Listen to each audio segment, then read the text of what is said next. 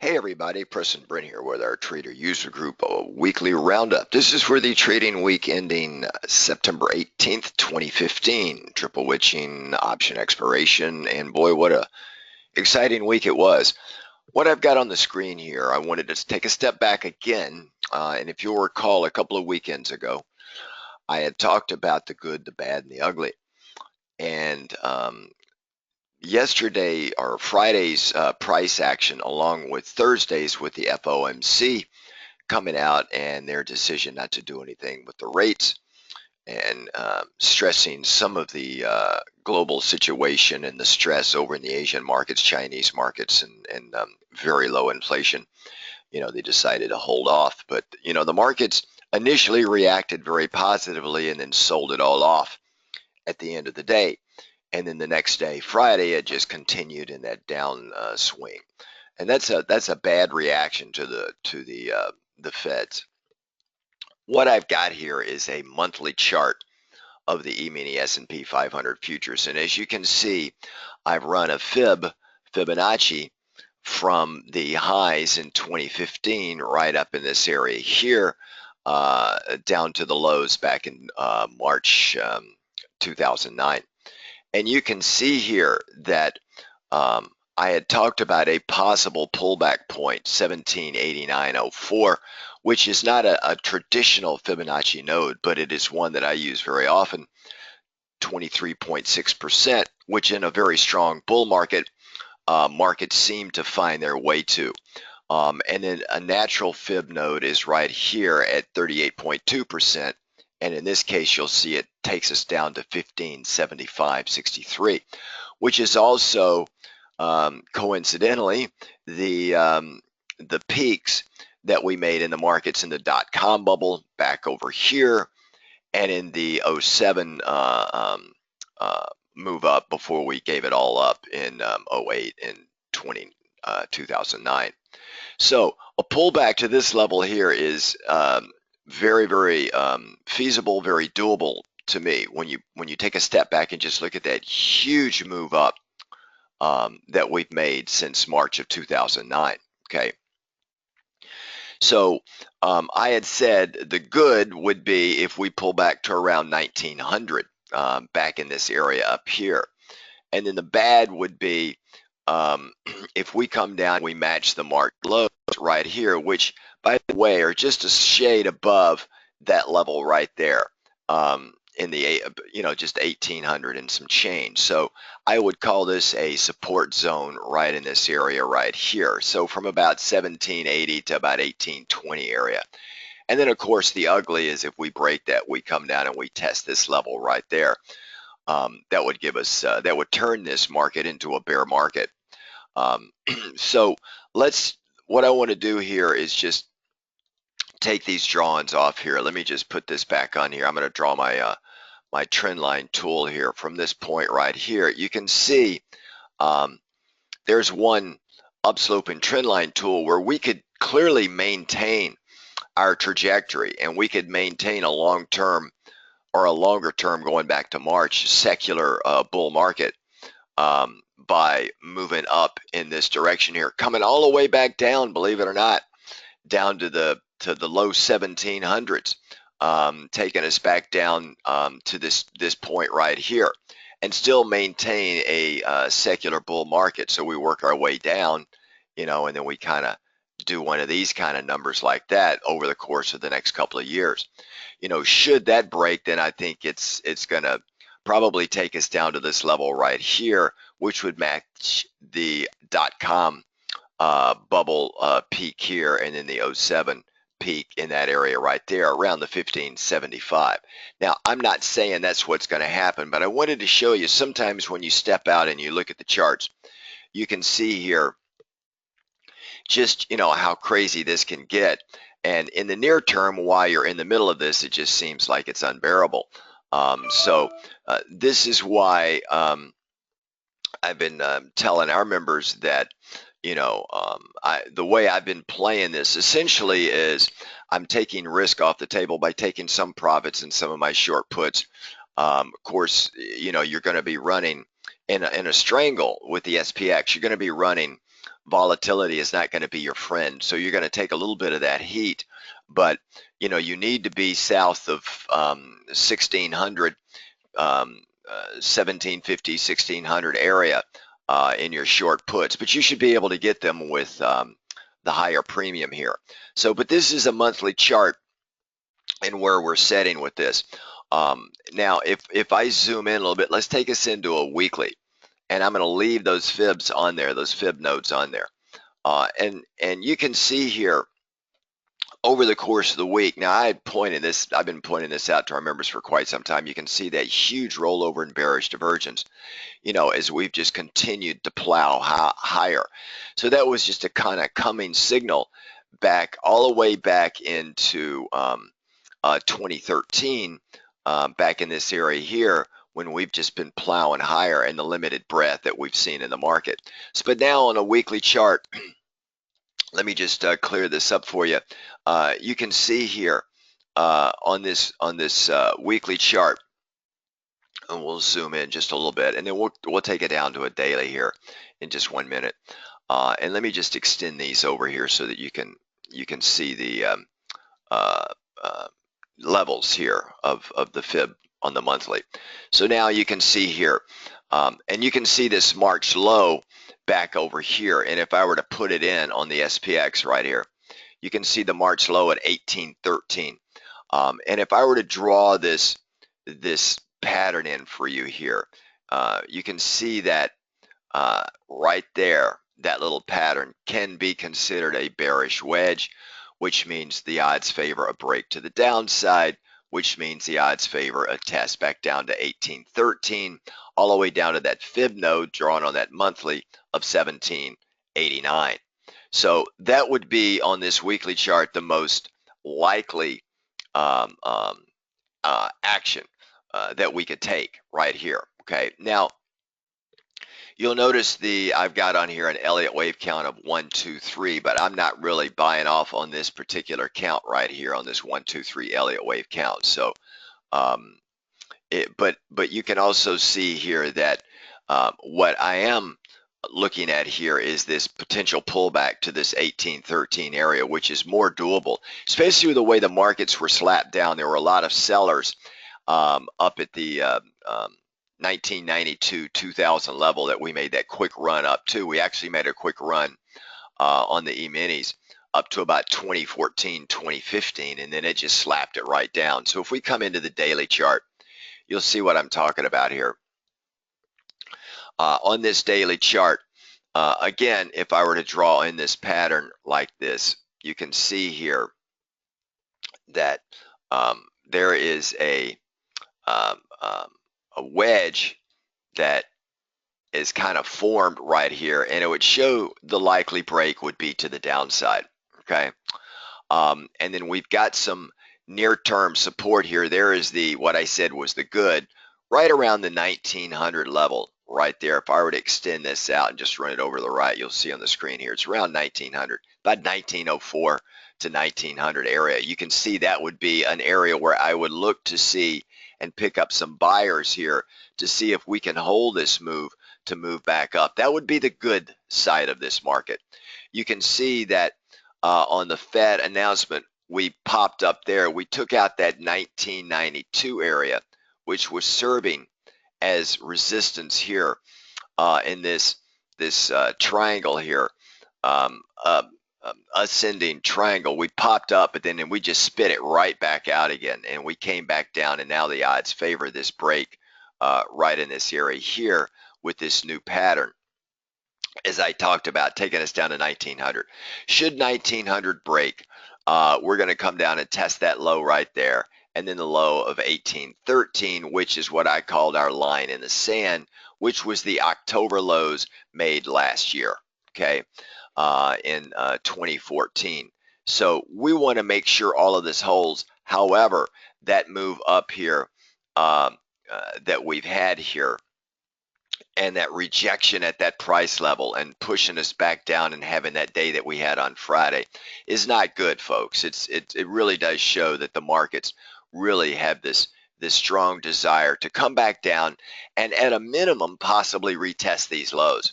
Okay, I mean, that would be something. And if we take it down to the 120-minute chart, you can see this high level rejection up here after the FOMC on Thursday. It just ran all the way up, got rejected, came all the way back down, and then we just rolled it back over again and we gave it up. Okay. And then you can see here, we've got some interim support points that I would point out here. And then this trend right here like this, you can see that this sloping movement right here. I want to see that we can hold this going into Monday. If we can hold this and start to edge our way back up to this original point right in here, which is about 1992.75, which is what I said. We blew through it, but we came right back down again. This is a 2-hour chart. I want to see that we can hold this upsloping trend line here. If it breaks, guys, and we've got a couple of pivot points that we can test coming down, 1908, and then as I said, when I said the good, the bad, and the ugly, right in that area there, 1898, roughly to that level right there, which is about 1907. So that would be a support zone. I would be looking to defend, or the buyers would be looking to defend, and of course the bears are looking to take it out. Okay, so sometimes you have to step out and look at this chart to see what are the really important areas. So Monday's going to be a key day for us. I think the momentum could possibly carry us down a little bit, and then we're going to be looking for support in the 1930, 1920 area. This is where we're going to be looking for support, right in this area right here. If it breaks, then it's just going to, like I said, the good, the bad, the ugly. So the good to me is taking us down to the 1900 area. Now remember I said that was the good.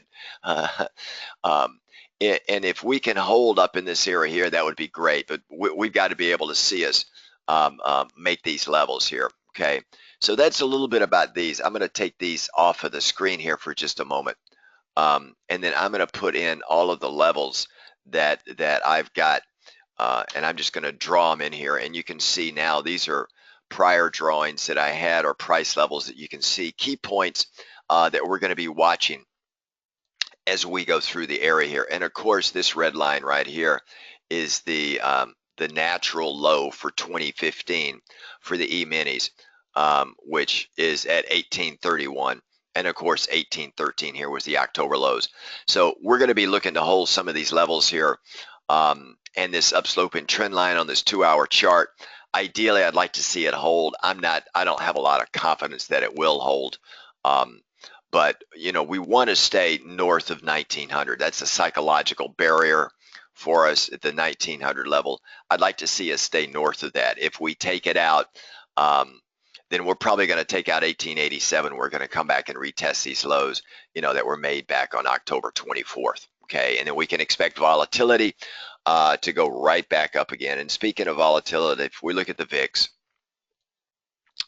and let's just take it back out again, you can see here on this 2-hour chart of the VIX, how there's a wide zone right here that I've got drawn in here on purpose from about 23 all the way down to about 15. Let's take it out to the daily, make a little bit more sense for you guys here. Perhaps not. But if we look at this, you can see right in this area here, where we spent a lot of time in this zone from 23 elevated up above 15.5, but you can see we kicked it right back up to this level again, right up at the top of this zone. So if we break free and we start to get up into this area here again, then it's going to get, like I said, it's going to move up very quickly up to the low 30 area here. So we got to watch out for this. And of course, volatility follows the market, not the other way around. So should we get that break and we move back down to the 1900 area, we're going to get another wide pop in vol. That's just it's just how it's going to move. So we got to watch this very closely. Now, the market that was the strongest is NASDAQ, right? And if we come back, by the way, one thing I wanted to show you here, let's go back to the E-mini futures here for just 1 second. I've got a lot of action on this chart here. The other thing I wanted to show you here is that we did have a week ago we had that death cross in the 50 and the 200 EMA. And what did I say on the death cross? When you have it, generally you have a move up because of the time lag, and then it rolls back over again. So we came right up and tested just south of the 50 EMA there. There's the 200 EMA. They both got a downward track on it. So again, this thing could take us right back down again, and it looks like that's what it wants to do right in this area here. Again, watch that upsloping trend line. Should it break on this daily chart, we're going to come down and test probably the 1900 area, which I said about 2 weeks ago would be the good scenario. All right, in the three possible scenarios that we have. So that's kind of where we're sitting now on this one. And of course, if we look at NASDAQ, and we look at the NASDAQ futures, you can see here it is the strongest. We are above this blue line here is the opening price of NASDAQ for the year. We're above that price right now, 42.40.25. We're in this little zone right here. But again, we've got this pattern set up here. If I were to put the, let me just put this trend line on here. Let's move it like this right here. Let's put this trend line on.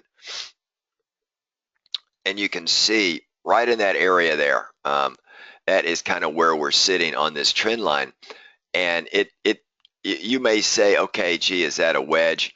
You know, with that move like that, I would not call it that. I would basically say, look, here's what I'm going to be watching for in NASDAQ. I would say I want this to hold. Ideally, I want the opening price to hold and have NASDAQ stay in the green. So this is going to serve as our support zone right in this area here as we go into Monday and Tuesday. If we can hold it and start to regain a little bit of momentum, that'll be a good thing. So that's kind of where we're sitting right now. I do not believe we're going to come down and retest these lows down here.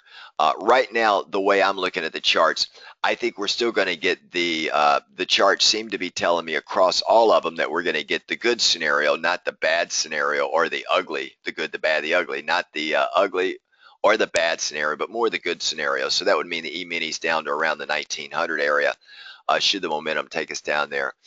And the NASDAQ probably testing and flirting with the 4240, possibly taking us back down to about 4120 area, and that would be it with NASDAQ. And then, of course, if we look at the Russell,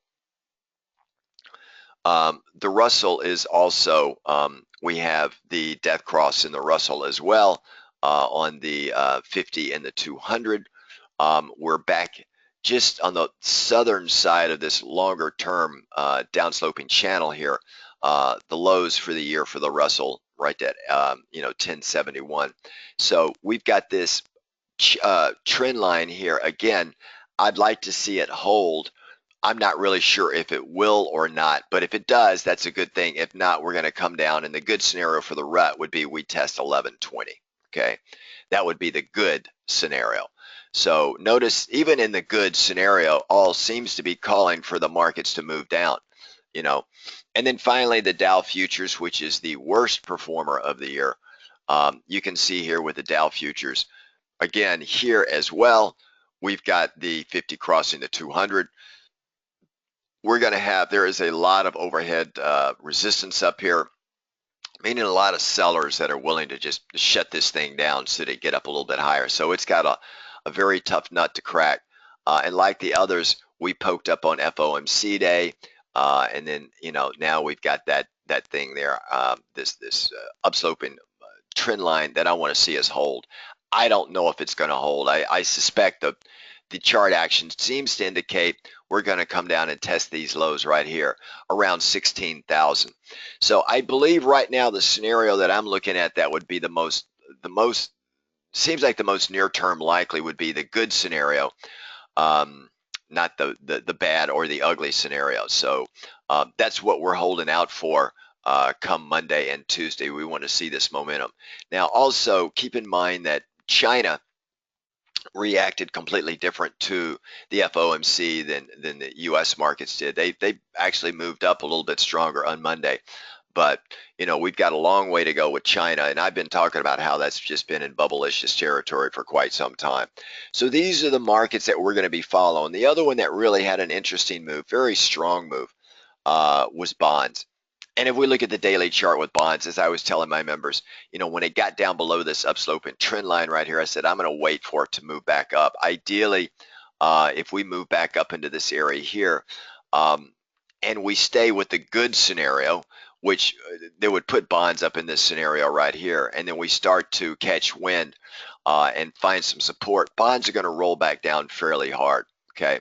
And if they do, then I'm going to be looking for shorts in the bond market. Not right now, though. I want to get some elevation up. Okay, so that's kind of where we're sitting here with the bond market. And the other one that actually, kind of moved in a strong fashion was the dollar.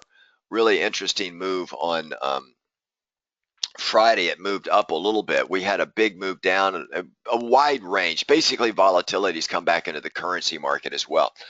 And for those of you that know, I was long the Australian dollar here and had this nice move up, and now we're just kind of in this range right up in this area here. It's the Australian dollar is having a hard time clearing the 50 EMA here. You can see right in this area here and back over in this area here, just a hard time clearing it. So we're gonna watch that one. Silver also had an end goal, had a move up positive, with some of the weakness in the global markets and with low inflation and very low interest rates. Silver's moved up as well. As you guys know, I've been selling puts underneath SLV for the past 6 months, so I'm just collecting premium on the silver market. And then finally, in the energy market, you can see we had a very adverse reaction to that. The oil fell almost $2 a barrel, $1.92 a barrel. It's a little over 4% move to the downside on Friday. And I don't know if it. By the way, we had, for those of our members that were following us, we took this short up in this area here and had a really great trade down here. It came right down to my target. I mean, almost right to the penny actually. To my target level, and then we got out and we had this huge massive fast move back up in this area here, and then it's kind of settling in right in this area here. Keep in mind that the weight of oil as we move into the winter months is typically in the down move, downward pressure on that. So I think oil can possibly go a little bit lower. If we have the Iranian deal and more oil comes on the market from Iran, you're going to see there's going to be a tremendous amount of inventory, overhead supply. So the energy market is more to the downside than upside. Same thing with gasoline. You can see gasoline is coming down as well. I had a longer term target for gas, and I'll just put it on this screen right here. You can see my longer term target for gasoline was right around $1.04, $1.05 area. And that's kind of where we've been moving to, guys, since the summer months, since June timeframe. So that's kind of where I'm still on track for gasoline. So it does show the market's coming unglued. So again, folks, let's come back to the E-mini S&P 500 futures. There's that upsloping trend line. If we take it out to a 2-hour chart, which is what I like to use on the daily or off of the daily to kind of give us a little bit of a better view here. You can see this upsloping trend line. I'd like to see it hold. I'm not holding out much hope that it is. I think we're going to probably find ourselves back down around the 1900 area, testing that pivot low that we made back on September 1st, the beginning of the month. Should this hold and we start to move back up and volatility pull back in again, that'll be a very good sign. So that's what we're going to be watching for. All right, everybody. Tonight we've got our weekly market watch for all our members. If you're not a member, I highly encourage you to come in and check us out. We got a lot of international folks joining our group from all over the globe: Asia Pacific area, Australian area, European area, Latin American markets, Canadian, and of course our U.S. members. We seem to be doing fairly strong. Most of this weekly updates brought to you, of course, free, just giving you just a touch of some of the other stuff that we're doing. All right, everybody. Have a really great remainder of the day today on Sunday. And members, I will see you tonight in our weekly market watch. We'll take a look at what's coming up for the week and, some of our potential trades here. All right, everybody, take care now.